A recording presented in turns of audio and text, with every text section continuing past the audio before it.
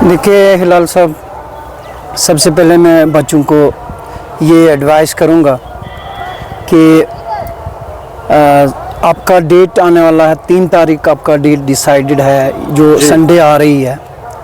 Sunday के दिन ये जो है एग्ज़ाम आपका 2 बजे चालू हो जाएगा, मगर आपको 2 बजे का इंतज़ार नहीं करना है। You should be before. उनको आना चाहिए सेंटर पे पहले ही, क्योंकि दूर दराज से जो भी बच्चे आते हैं उनको फिर थोड़ा तकलीफ़ होता है, इनकन्वीनियंस होता है। तो इसलिए बेहतर है, क्योंकि इसमें जो एनटीए की गाइडलाइंस है वो ऑलरेडी आ चुकी है।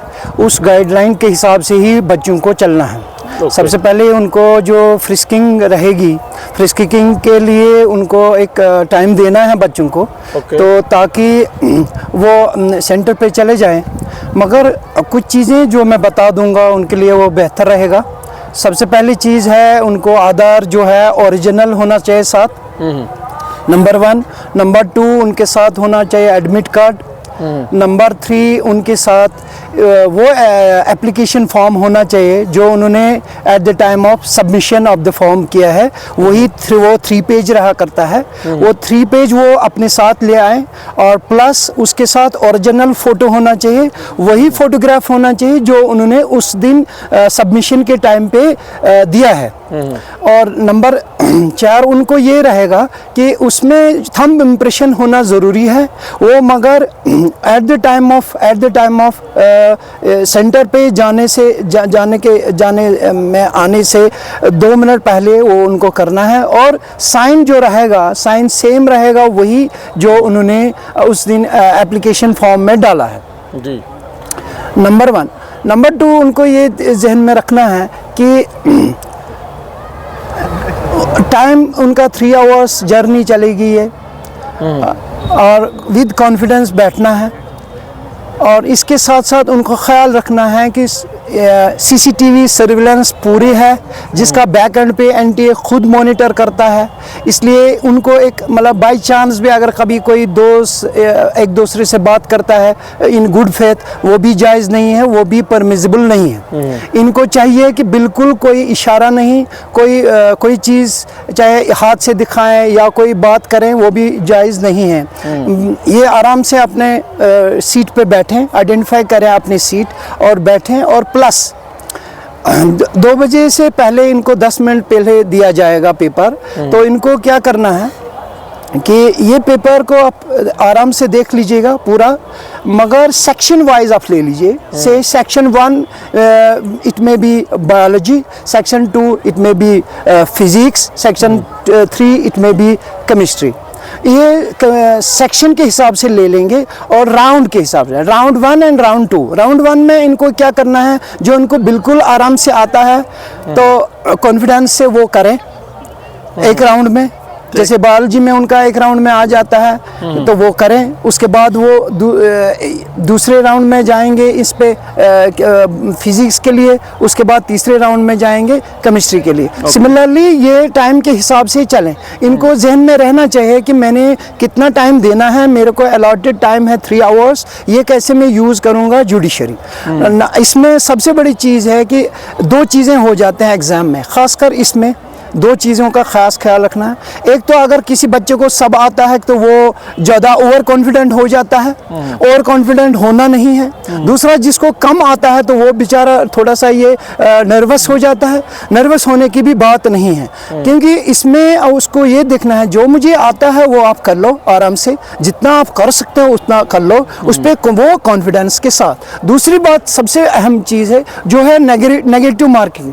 नेगेटिव मार्किंग पे उसको नहीं जाना है। उसको ध्यान रखना है कि अगर मैं मतलब ऐसे तुक्का लगाऊंगा कोई, या कोई गेस करेगा कोई चीज़, तो चलो जी ये है शायद इसका आंसर, वैसे काम नहीं करना है। जितना आपको कॉन्फिडेंस के साथ आता है उतने ही आप अटेम्प्ट कर दीजिए।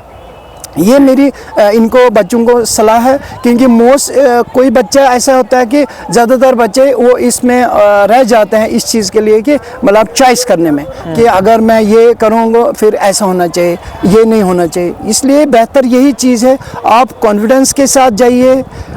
सिर्फ ये ध्यान में रखिए कि जो इसमें सबसे पहले मुझे आता है वो सबसे पहले कर दीजिए। जो कोई चीज़ जिसमें कंफ्यूजन है वो आप लास्ट में देख लीजिए टाइम के हिसाब से, ओके सो दैट ये बिल्कुल अपने आप को कंफ्यूज ना करें। ओके इन चीज़ों का ख़ास ख्याल रखना है। बाकी अभी इनके पास अभी आज का दिन है और कल का दिन रहेगा, फ्राइडे सैटरडे इनके पास है। ये एमसीक्यूज़ पे ध्यान दे देंगे और टाइमर रखे अपने आप को कि how we will get the paper within 3 hours. तो उस पर वो ध्यान दे देंगे, आज की डेट में भी घर में करेंगे। बाकी जितना आज तक हो गया ठीक है, इट इज़ ओके। मगर इसके बाद अब क्या करना है, अब अभी मतलब 2 दिन है इनके पास, आज फ्राइडे का दिन है, सैटरडे का दिन है।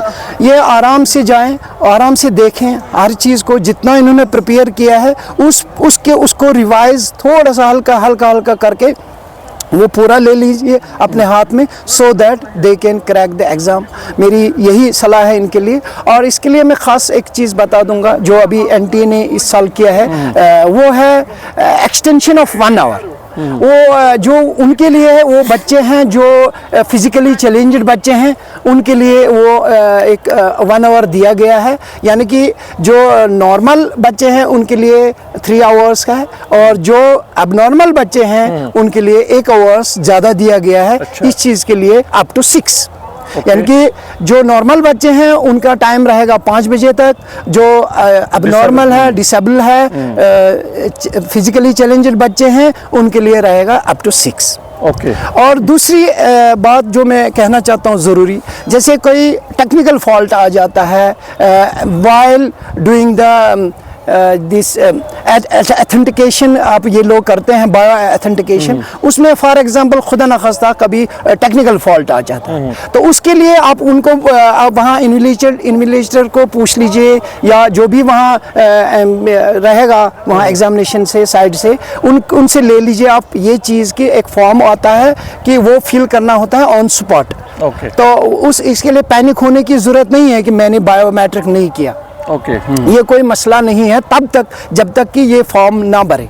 ओके। फॉर्म भरना ज़रूरी है, ये एक इनके फैसिलिटी है उन बच्चों के लिए। मान लीजिए गॉड फॉरबिड कहीं किसी सेंटर में वो प्रॉब्लम हो जाती है, उसके लिए उन्होंने ये रखा है, अरेंजमेंट रखा है। इसलिए घबराने वाली बात नहीं है, पैनिक नहीं होना है, एक प्रोसेस में जाइए। दूसरी बात सबसे बड़ी चीज़ है कि वाइल एग्जामिनेशन अगर कोई भी आपको डिस्टर्ब करेगा, जैसे कि बोला कि आपने बायोमेट्रिक नहीं किया, आपने ये फॉर्म नहीं दिया, ये परमिसिबल नहीं है। इसमें पूरा क्लियर कट डायरेक्शंस हैं एनटीए की तरफ से कि आप एग्जामिनेशन के बाद भी ये अगर कोई चीज़ रह जाता है 19-20 कोई डॉक्यूमेंट या मिस हो जाता है किसी भी बच्चे से, ये आप आफ्टर एग्जामिनेशन के बाद भी भर सकते हैं कोई। हाँ बिल्कुल, इसमें तो कोई ये चीज़ क्या रहेंगे सर बच्चों के लिए जो देखिए अभी होते हैं, या अभी सिंपल उनको ये चीज़ है, कॉन्फिडेंस के साथ रहना है इस चीज़ के लिए कि जो भी उन्होंने आज तक तैयार किया है, चाहे बायो में किया है, फिजिक्स में किया है, केमिस्ट्री में किया है,